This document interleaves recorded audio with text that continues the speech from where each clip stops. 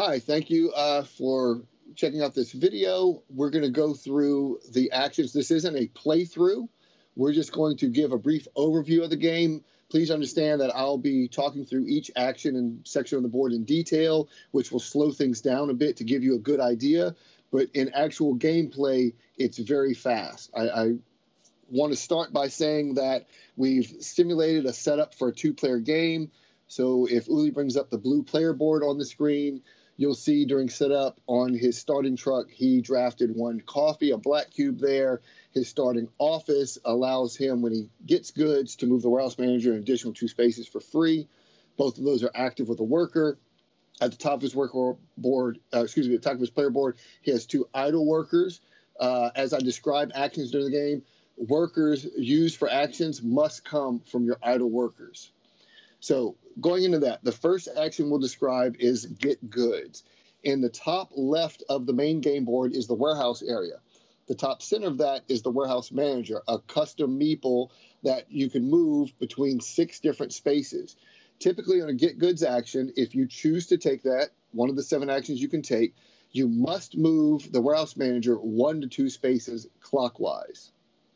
So if Uli would have done that and landed where he did now, going back to his player board, he has 1 coffee already on a truck, which means he only has 1 available space.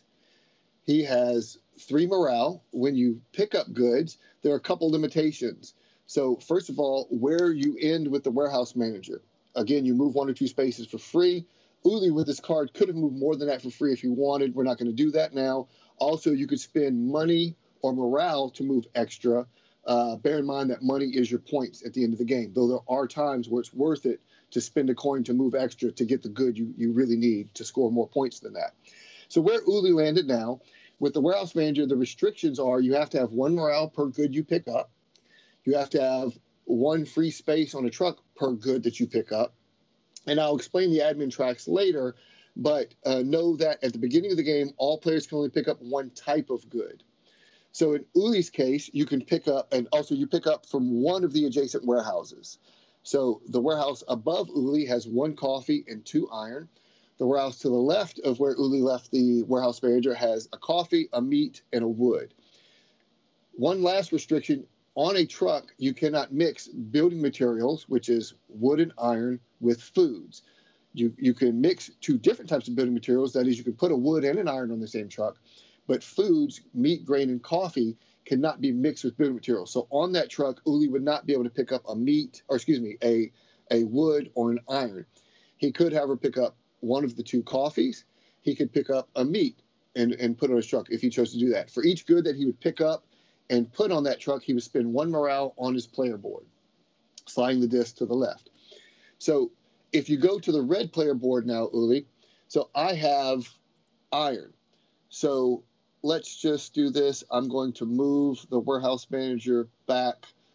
Or actually, I'm going to leave the warehouse manager there because I'll get into offices later, but my starting office allows me to move the warehouse manager counterclockwise 1 space for free, so I can do that. So if I move backwards here, now my options are 1 meat, 1 grain, 1 wood, or these 2 iron in the space below. I have iron on a truck, so I would be limited, as explained before, 1 wood or 1 iron. I'm going to pull this iron off my truck just to simulate if it weren't there. If I had enough morale, I could grab both of these iron if I have 2 space available on my truck, and I would spend 2 morale. If I move those iron back and move my morale back, if I wanted to grab from the space behind the warehouse manager, I could get those 2 food, I could store them on 1 truck, but I can't get them in the same action. Again, going back to the admin tracks, which we'll describe later, I can only get 1 type of good. So I could get 1 meat, 1 grain, or 1 wood to put on my truck, and for each one that I get, I would spend 1 morale. I'm going to go back and put those 2 iron, as I've done before, and spend my morale. So that is the get good actions. Again, now I may not have done that on my next turn if we were actually playing the game. I may have taken an action with the iron I had. So the warehouse manager is moving by all players, but not necessarily each turn. Depends on the action the players take.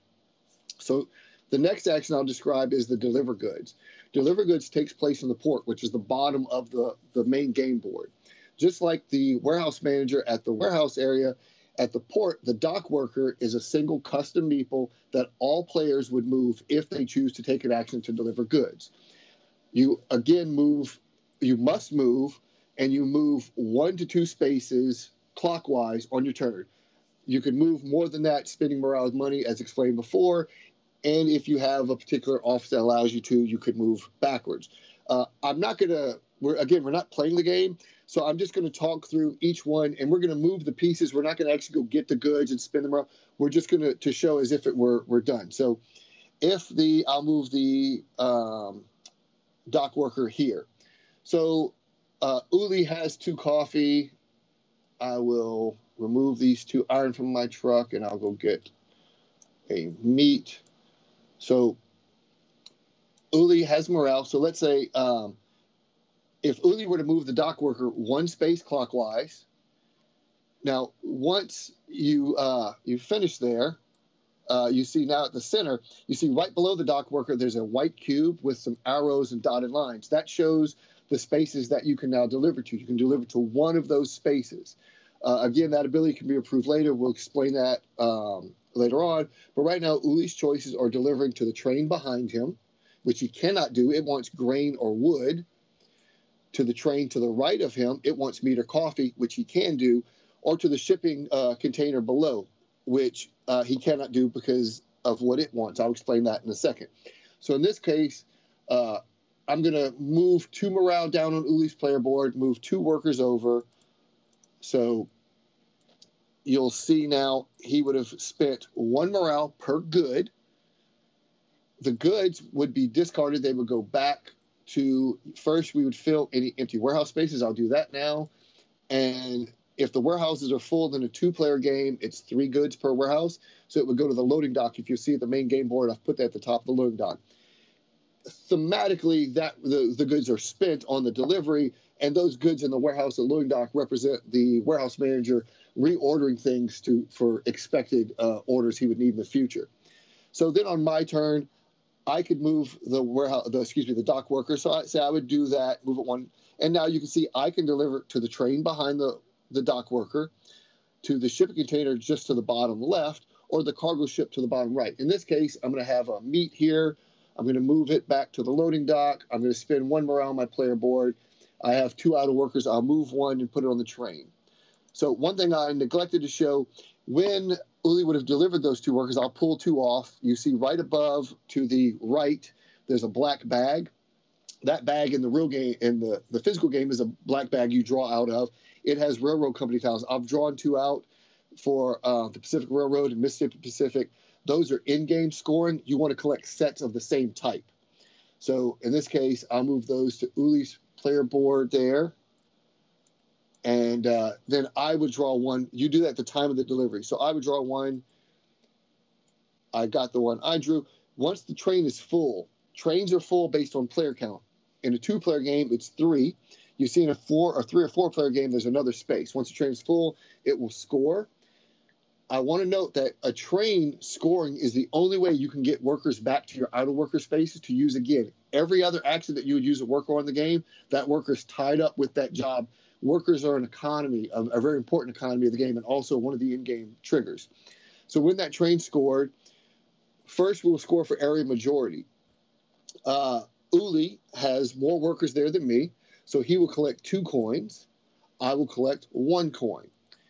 If this would have been a 3 or 4-player game and I would have had another worker there, Uli would have broken the tie. Ties are broken by who, in this case we both had 2, who got to that 2, that tied amount first, left to right. So once that happens, Uli will pull his workers back to his player board. I will pull my worker back to my player board. Uli will also get the train card, which he will flip over and put in his play area.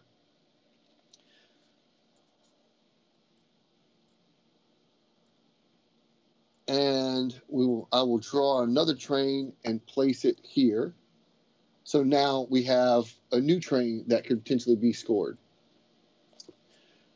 When pulling workers back from a train, you have your 3 idle worker spaces at the top. Those are limited. But if you have more workers coming back than the 3 that you have available, one additional worker can go back to your on-call space, which you'll note with the train icon in the center of your player board. That's the only way a worker can go there, and that worker can later be used freely to take an action the same way it would if it were an idle worker space. So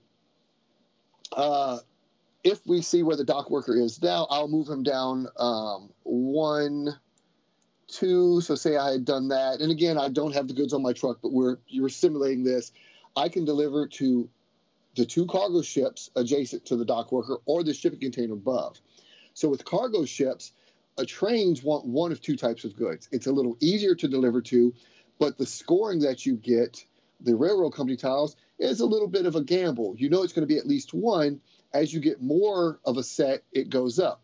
For a set of 1, 2, 3, 4, 5 railroad company tiles that are the same railroad company, you'll get 1, 3, 5, 8, and $10. Anything more than that in a set gives you an additional $2. So it's a bit of risk, but it's a bit easier because it wants one of 2 types. With a cargo ship, it's an immediate payout. It's a good payout, a better payout than the railroads, but it wants a very specific type and quantity. So in this case, when we deliver goods, in addition to the requirement to having to spend 1 morale for each good we deliver, having to have that type of good on our truck, we need 1 available worker. With a train, it's 1 per space. Again, it's 1 per space here. With the train, it's 1 good per space. Here, it could be 2, 3, or 4 goods on a cargo ship. So pretend I had the morale that I would have spent, and I had, say, 2 grain. I would take 1 of my workers, spinning the morale, spinning the grain back to the warehouse area, and you can see for this space that I'm about to cover, I would immediately collect $5. So I collect 5 coins. Again, that worker doesn't come back to me for the rest of the game. He is there, but I got a very good immediate reward. I would immediately have collected 5 coins. So the space next to that on that cargo ship, you can see it wants 3 and 4. I'll explain later with the admin tracks, you can improve that ability to deliver more than 1 good, more than 2 goods at a time to get a better payout. So that's cargo ships. Very straightforward, very simple.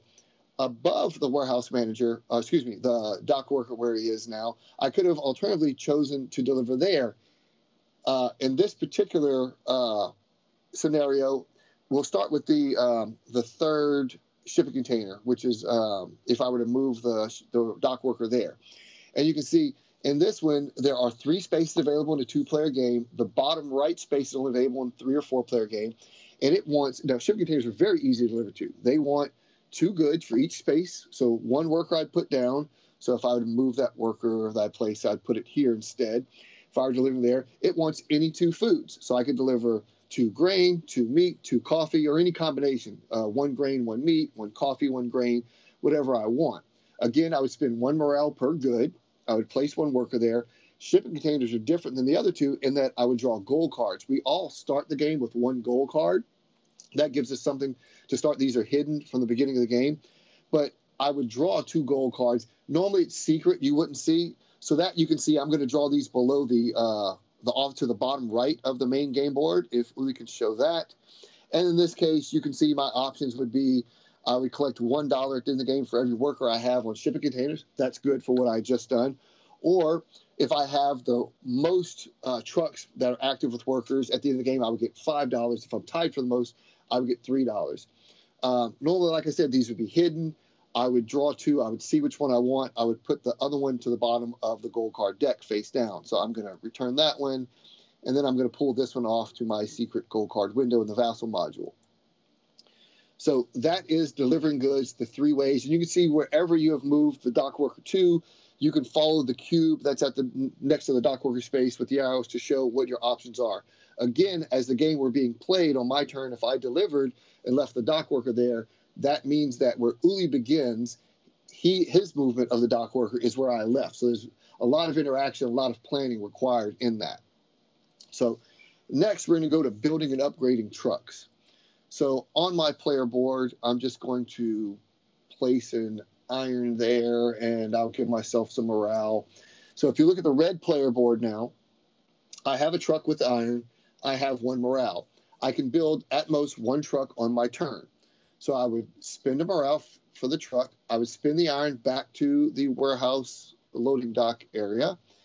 And the top center of the main game board, there are trucks. I would pull the truck down and place it in my play area. Let me flip that. All trucks come standard with just 2 delivery spaces. So I would place it there. If I have an idle worker, I can immediately place it on that truck. I can choose not to do that. However, understand that truck isn't active for me to get and deliver goods with until I place one there. I can build it without having a worker. I can build that truck, and then on a later turn, hire a worker and move it up as freely.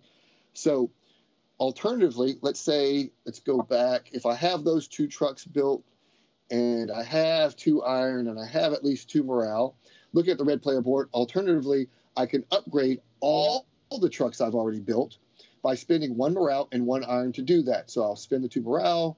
This iron would go back to the warehouse area. And then I would flip the trucks over on my play area. Let's pretend that this truck, I just had a grain on it still. So when I would do that, I would flip the truck to upgrade it. Any goods on the truck would freely stay on that truck. And at any time, any goods I have, I can freely move between my trucks and trailers. You always have to respect, though, that on a truck storage space, I can't have building materials with food. If I have a truck, though, and I would go, if I had the morale and went to pick up goods, I could go pick up an iron, for instance, and put it in this same truck on the trailer, because the trailer separates the food and the building materials. So I could do that. So that's a brief explanation of building and upgrading trucks. Next is building offices. I explained at the beginning during setup, we drafted offices. We each started with 1 office. So let's see. I'm going to move some wood over to Uli's truck and give him a morale there. So if you look at the blue player board, if Uli wanted to build an office, next to the main game board on the right, there are always 4 offices on display. Each office costs 1 or 2 wood and costs 1 morale. So I'm not going to explain in detail all of the offices now. That is explained in the rule book and on the play aid. But let's just say if Uli wanted to build the top left office that's there, you can see it costs 1 wood, which he has on his truck. It costs 1 morale to build any office. So Uli would discard that wood back to the warehouse. He would grab the office, place it next to his player board. He would spend 1 morale. And now, because he has an available idle worker, he can choose to move it up to that office to activate it. There are 14 offices in the game. Each one is unique. So if Uli builds that office, I won't have the ability to build it and get that special power, which he now has. That one just means anytime he delivers to the port any type of food, he will get $1. So for each delivery that he makes with food during the game, he will collect an extra $1. Finally, once he builds that office, I will draw a card down, and now you see we always have 4 offices on display. No matter how many offices are there, no matter how much wood you have, how much morale you have, you can only ever build 1 office. So, all right. Now going to hiring workers. So I will grab some meat and bring it over to one of my trucks really quick. So pretend I had done this on a previous get goods action. So now I need to hire workers. I have no more workers. I need to hire workers. If you look at the bottom of the red player board, you can see that at the start of the game, we have workers lined up there, ready to go to work, ready to be hired to go to work, excuse me. And based on the section you hire from, you always hire the leftmost worker. Based on the section you hire from, you pay meat or money. As you progress further on and more workers are employed, it gets more expensive to hire them. But to hire from this first space on the left, I would pay 1 meat or $1 per worker I hire. If you see on my truck, I have 2 meat. So I would spend those meat. They would go back to filling the empty warehouse spaces and then back to the loading dock. And I would pull workers up to the top of my player board then.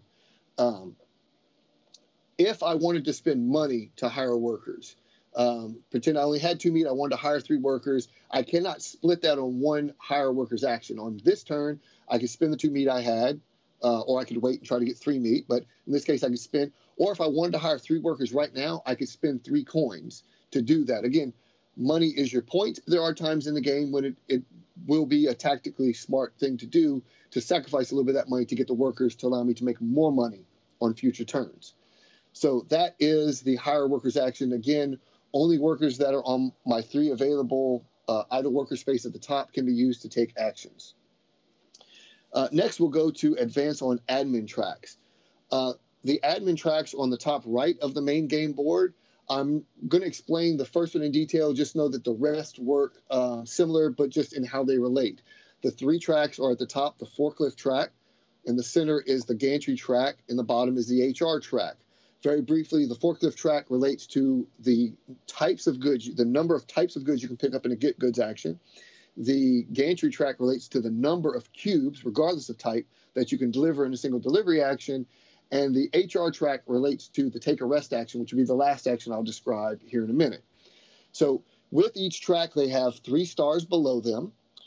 As you reach those star spaces, nothing happens during the game, but that will relate to particular goal cards you may have, which will score in-game points.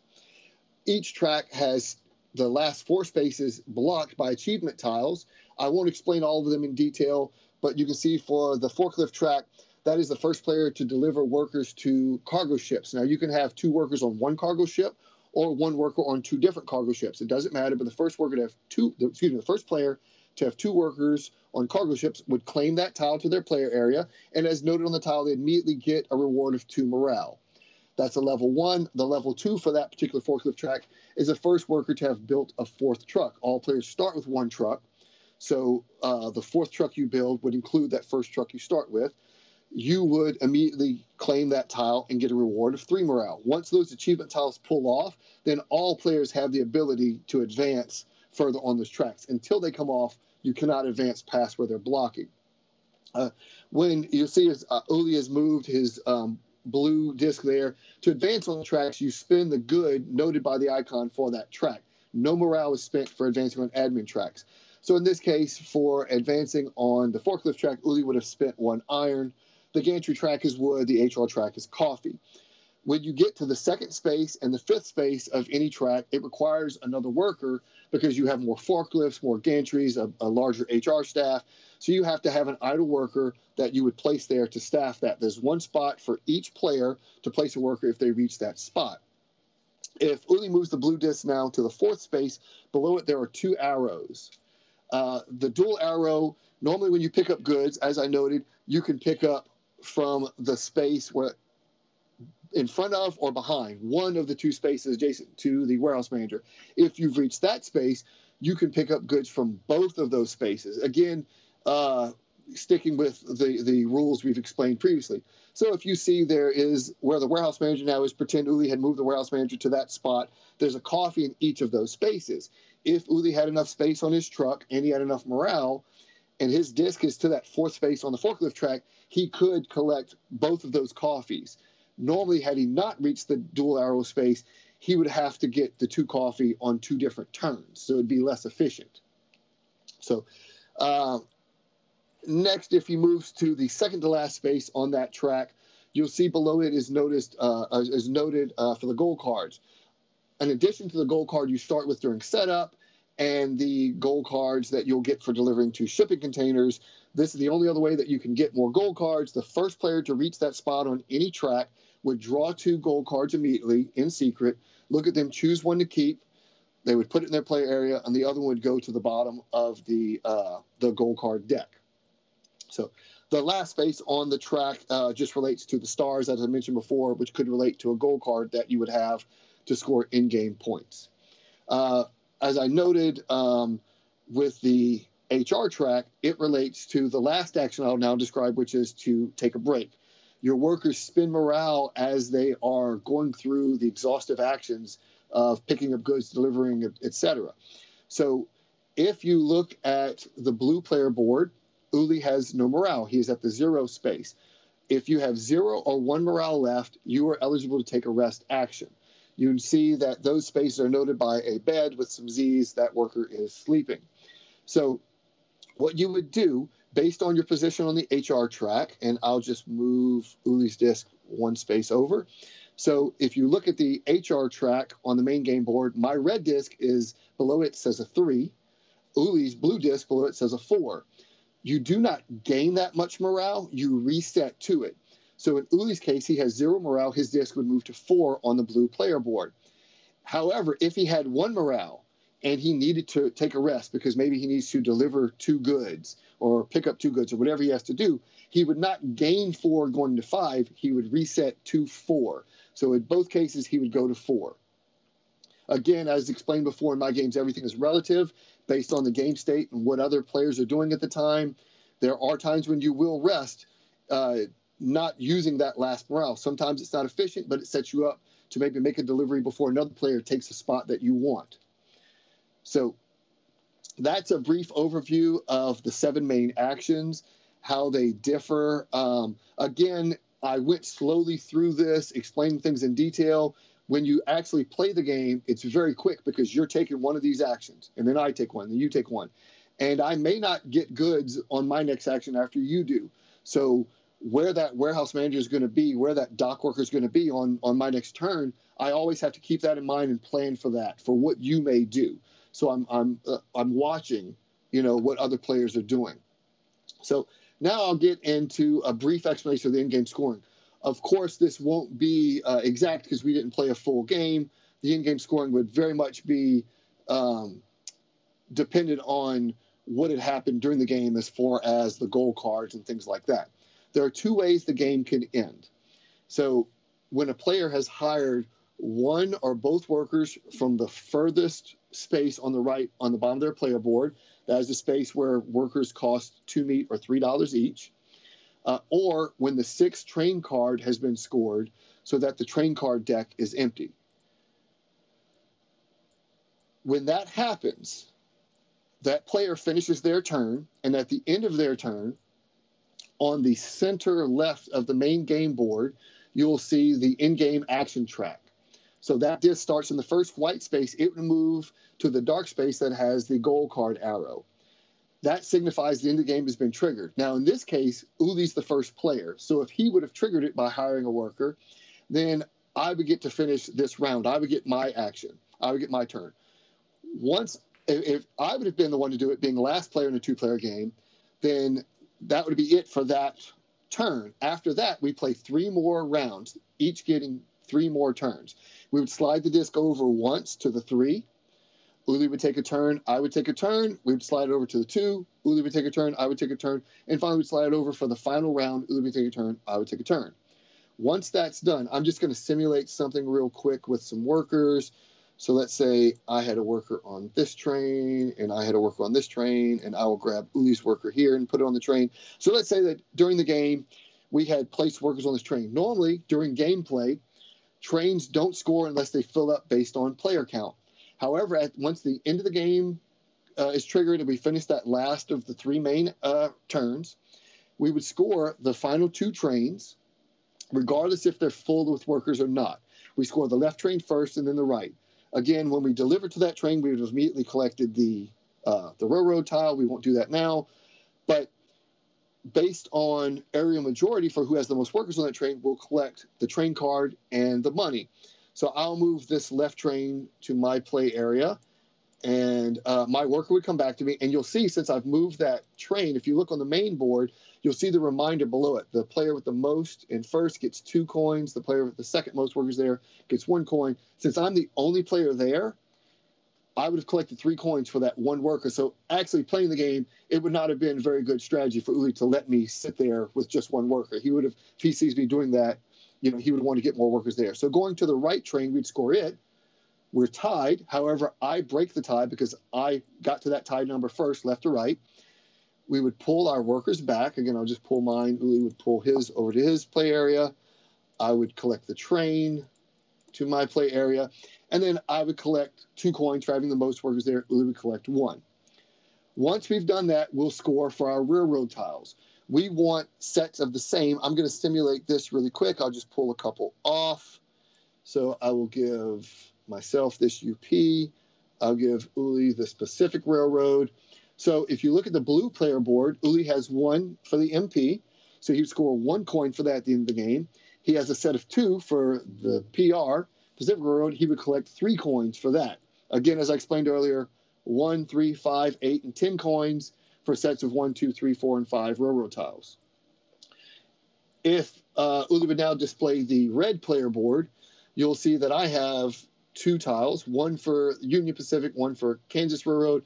Because they aren't matching sets, I would only collect 1 coin each for each of those tiles. Not very good. I didn't do very good. I didn't gamble as well as I could have. Once that's done, we would go through our goal cards. Now, in this case, Uli only has 1. I only have 2 because, again, we didn't play a full game. If Uli could take his goal card and place it on the main board there, you'll see. So I'm gonna change something here really quick.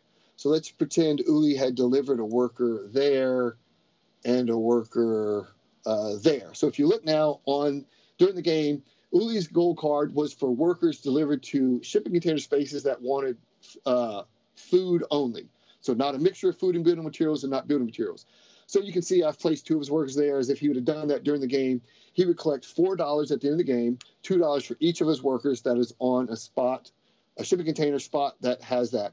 However, if I move his worker here, say he had gone there, this spot he would not collect the $2 for if he had done that, because in the center you see that shipping container wants a building material and a food.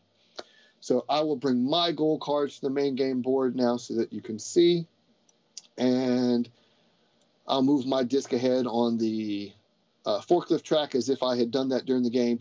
So the card I started with wanted me to advance on the forklift track, and the stars below each track, as I mentioned, has 3 stars. For reaching 1, 2, or 3 stars on the forklift track, I would get $1, $3, or $6 at the end of the game. In this case, I simulated as if I'd gotten 2, I'd get 3 coins. And the other goal card I had gotten in the simulated overview gives me $1 no matter what shipping container my workers are on, but every worker I have on a shipping container, I would collect $1 for. After that, we would add up all our coins, and one last thing I did not explain during the game was loans. You cannot choose to take a loan, but if you look on the bottom right of the main game board, there's a stack of loan cards. If I am ever in a position, pretend at Uli's truck, I'm just going to move some wood over there. So Uli has a truck full of wood on the blue player board, and I'll move one of his workers back as if he had a worker there to hire. Uli he can't do anything with that wood. He's already advanced. I'll pretend he had advanced all the way. I'll do that real quick on the gantry track. So the only option he would have in this case, he could build an office, as explained, but say he wants to deliver that wood. So he could spend coins. If he had no coins, he could take a loan. He would immediately get $3 that he would then use to hire. You don't pay the loan back during the game. It's a $5 penalty during in-game scoring. Taking the loan is not an action. Hiring the worker with the money you get would be his action for that turn. So at the end of the in-game scoring, any loans you would have, you would subtract that from your final total. That would be, and then you would compare. That would be the score. If we were tied for money, then the player with the most morale left would win. So in this case, Uli has 4 morale at the end of the game. I have none. If we were tied, he would break the tie. Do not concern yourself with the amount of coins we've put out. Again, we didn't play a full game. We would have had quite a bit more on our player board, in our play area, I should say. So that's a brief overview of the 7 basic actions, how they relate, and how the in-game scoring works. Thank you again for watching this. I hope this gave a good explanation for how things work in the game very briefly to give you an idea of how it plays.